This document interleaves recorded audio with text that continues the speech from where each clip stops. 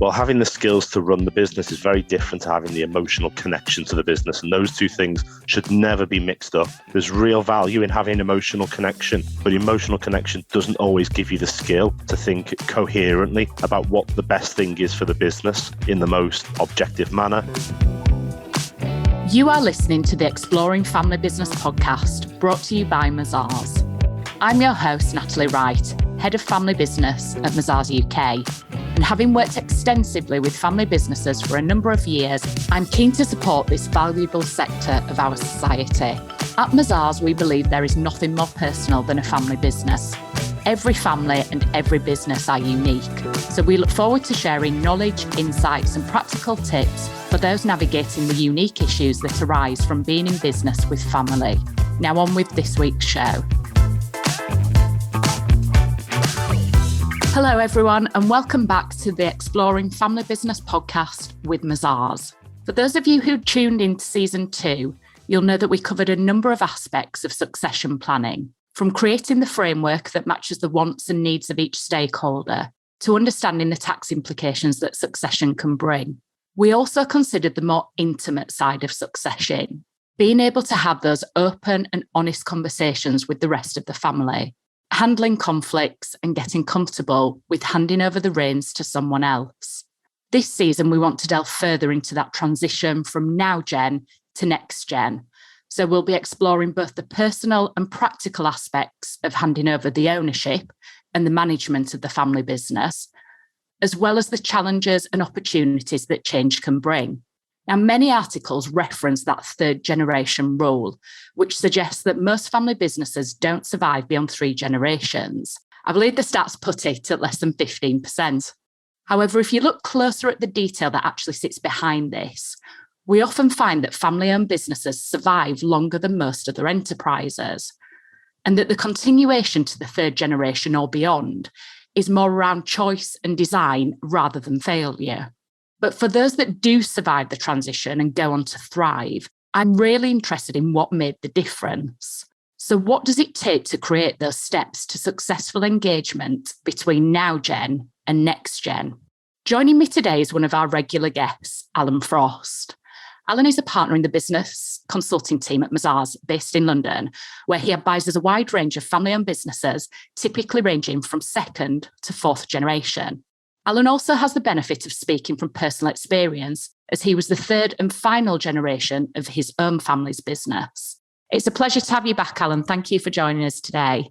Thanks, Natalie. It's great to be back. Now, Alan, I know you've got a lot to talk about on this subject, so just let's dive straight in. When you're working with families who've decided they want to start that transition, particularly families where there's a number of individuals involved, what's the process for deciding who moves into which role, or is there actually one? Well, it's very easy to just go and pick people with the relevant surname and then put them in the most senior positions because of course, it is a family business. So by default, people will think the family should be at the top of the organizational chart and hierarchy. But to properly prepare for this, for the good of the business and for the good of the family, actually, it's about trying to detach yourself from personal connections and instead really considering what are the requirements of the business first and foremost.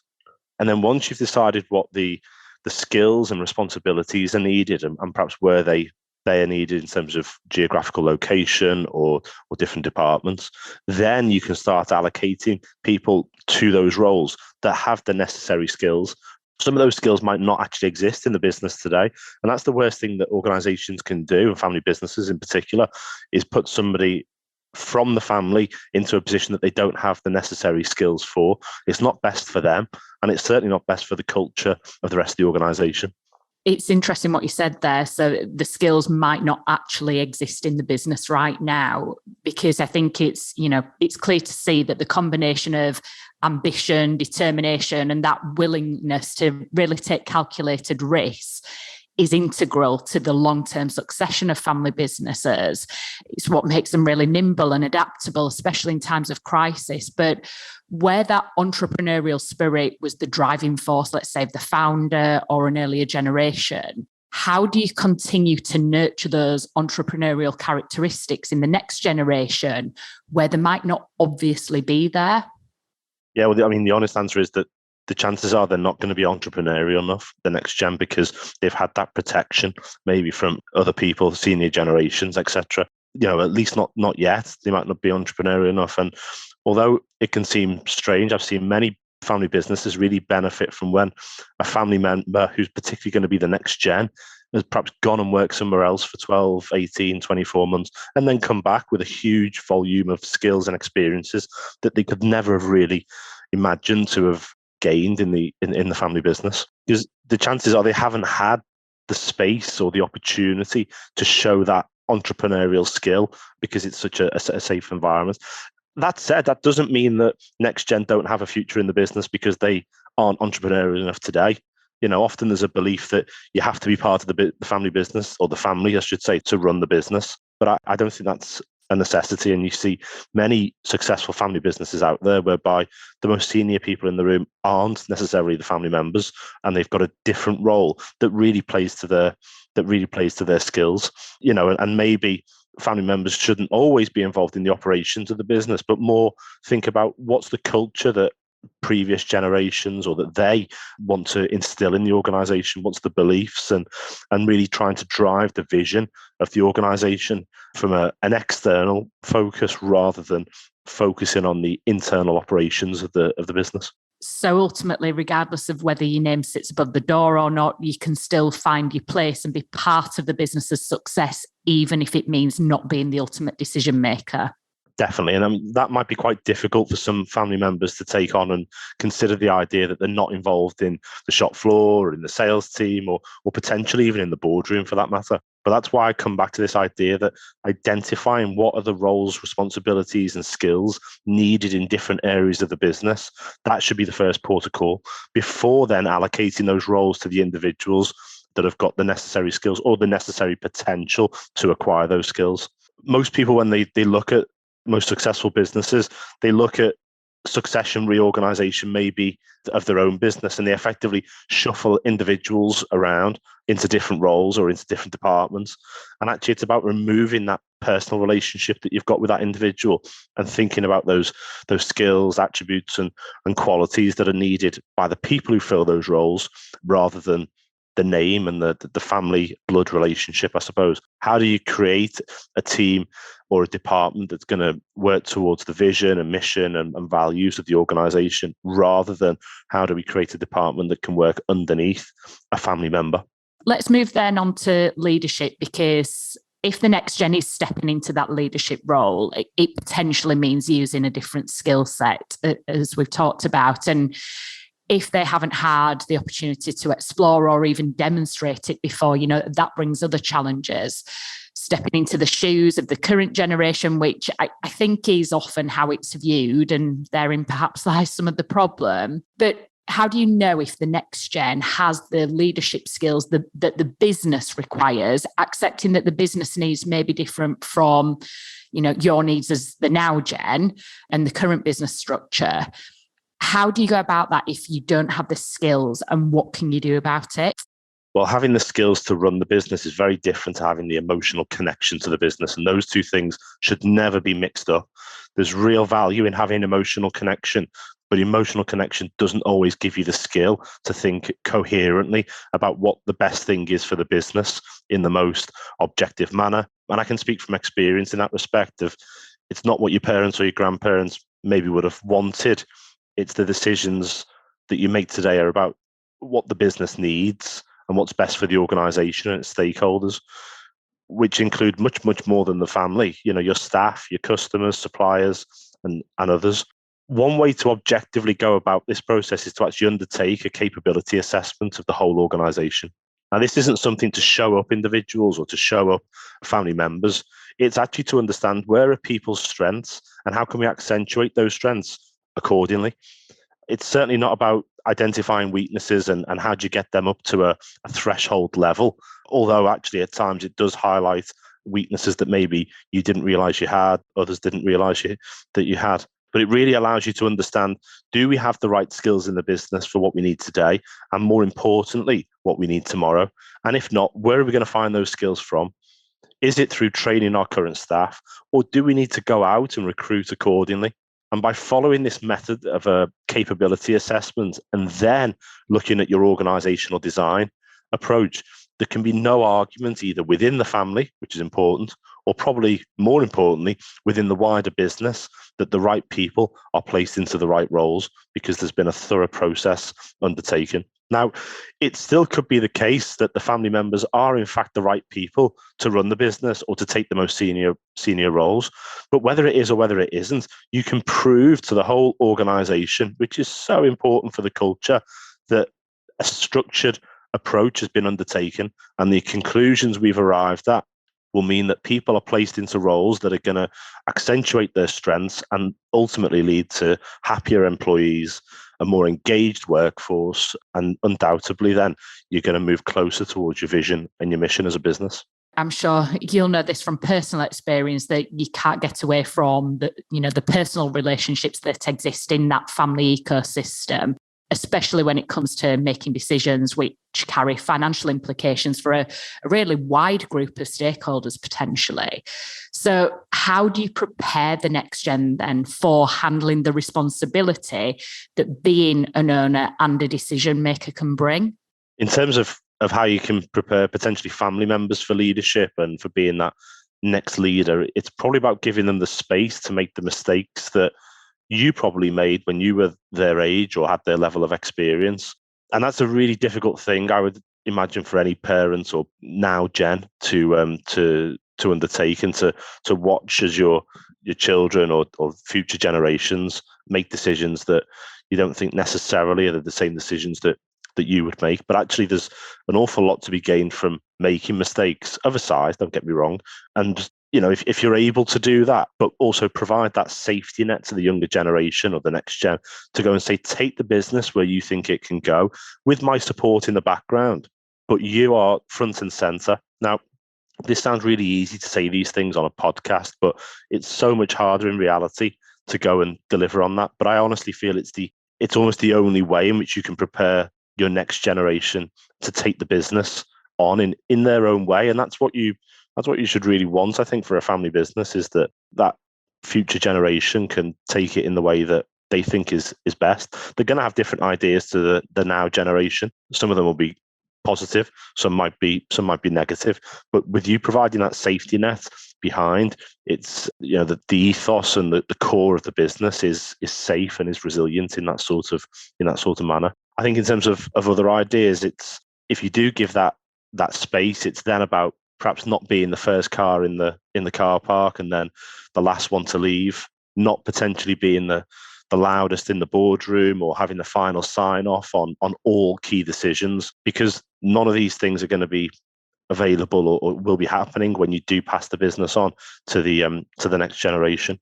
And this is going to help that next gen really have a much clearer and concise structured plan, I would hope, for what is the next phase of this business. How do we create that strategic plan on where the business is going, what it stands for, what's important, the different risks that it may well encounter in the future and how you're going to overcome them, and also the opportunities that you're going to look to seize. The future gen is going to undertake the business or be running the business in a very different economic environment to perhaps what previous generations will have operated the business in, and they need to make their own decisions, calculate the risks, and take then seize their opportunities. That's going to give that next generation of the family business the greatest chance of success. And what I'm taking from what you've said there is really get comfortable being uncomfortable, whether that's for now gen or next gen. And you've talked through a number of things that can be done to engage and prepare. What are the risks if you don't engage the next gen and directly address some of those points that you've raised? In terms of the risks, I think they could be catastrophic, and that might seem extreme in terms of, and haven't let go until it's too late, and the individual perhaps hasn't moved on as quickly as they should or in the right way, etc. But it will take an awful long time for a business to then go and steady this ship, and for that next generation to get the business operating in the way that they want, if you don't start planning for the next generation probably as soon as you take the business now. And I don't think any existing family member or exiting family business member would wish to stop the family business at their handover. I think everyone would want to see the next generation flourish and to take the business on and succeed and grow, etc. But equally, that's a very, very difficult thing to do, is to hand over the business to the next gen if you're still so involved. None of us can predict what the future will hold. We don't know what, this afternoon or tomorrow will bring, but by having that plan in place and by having clarity around rules, objectives, responsibilities, it can make that transition, whether it's planned or unplanned, much, much easier to undertake. People always say that the culture and the values of a family business are so different to other corporate businesses. And to a large extent, I would agree. I don't always think that's a positive statement, though. I think on the majority of times it probably is. But with a sudden crisis or without any continuity planning, some of those values and a large element of that culture could be eroded very, very quickly and take an incredibly long time to rebuild and recover, in a period whereby that next gen is probably already under a lot of scrutiny from the exiting generation or the organisation and staff that remain. Whether it be Brexit, the pandemic, issues in Ukraine, supply chain problems, whatever it may be, if the next generation are looking to lead the business and it's based upon the relationships and the goodwill of previous generations, it's going to be very, very difficult for them to withstand macroeconomic unexpected events. Preparing people for those events as best as possible with that comfort blanket and that safety net of the previous generation being in the background, I think, is really the best way to do it. I'm sure if many people who are listening could think of some of the issues we face today in 2022, if you'd have faced that, in your first week of taking on the family business, how would you have coped? Providing that ability to operate in this way with the comfort of others behind, I think, is the best way to prepare the organisation and the next gen accordingly. And so you've engaged the next gen, then you've identified the strengths of, as you outlined with that capability matrix. So you've looked at areas for development, decided who should transition into which role. Let's assume all that's happened. What about the governance then that's around it? How do you create a strategy and the actual framework to formalise the things that we've discussed and essentially professionalise the family business so that it doesn't become something that you've just decided over dinner one evening?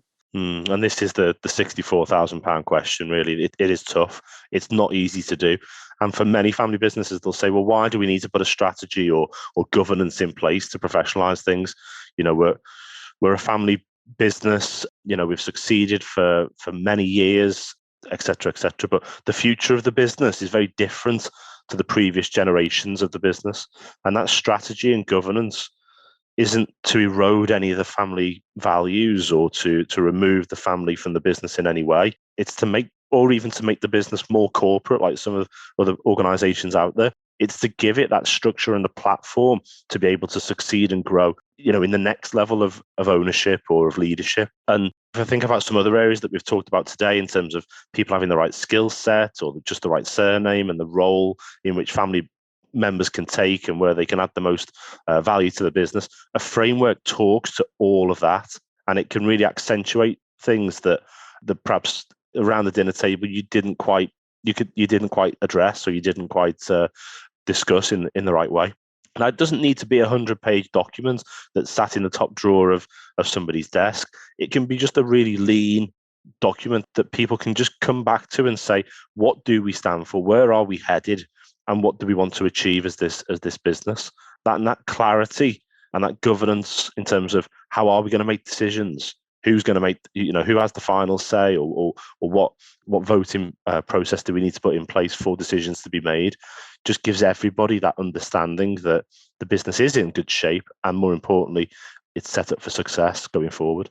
And for those listening that might want to start on this journey, I suppose, of creating a framework to formalise some of the things that we've talked about and professionalise the family business for the next generation, the best place to start, in my opinion, would be to undertake that skills capability matrix, understand what the skills of each individual in the business currently are, and then consider what skills you think you might need both in the business today and in the future. That's going to help define everybody's role, probably more importantly, family roles, but also everybody else, other team members' roles as well. It's going to also show them a career pathway as well for everyone in the business. And it's going to engage staff even further because they're going to be able to say, well, I understand what skills are needed now to operate in certain roles. And I know that I can go perhaps all the way in this business, even if I'm not a member of the family. Secondly, to define or refine the strategy of the business following that skills capability matrix. So understanding who are the operational people, who are the strategic thinkers, and all of those skills that you know are within the business around teamwork, who's a starter, a finisher, those types of things. And then finally, that will allow you to understand that you've got the right people in the right place, working towards the right goals. And then it's just a case of monitoring that performance. And I think this is something that family businesses in particular do really poorly. And maybe that's because the values or the objectives of the business may differ from a listed corporate, for instance, that's owned by external shareholders and institutional investors. But the monitoring of that performance should be more than just looking at the cash flow or short-term profitability in the year, and really determining those measures of success and what they are is really, really key. They don't all need to be financial metrics either.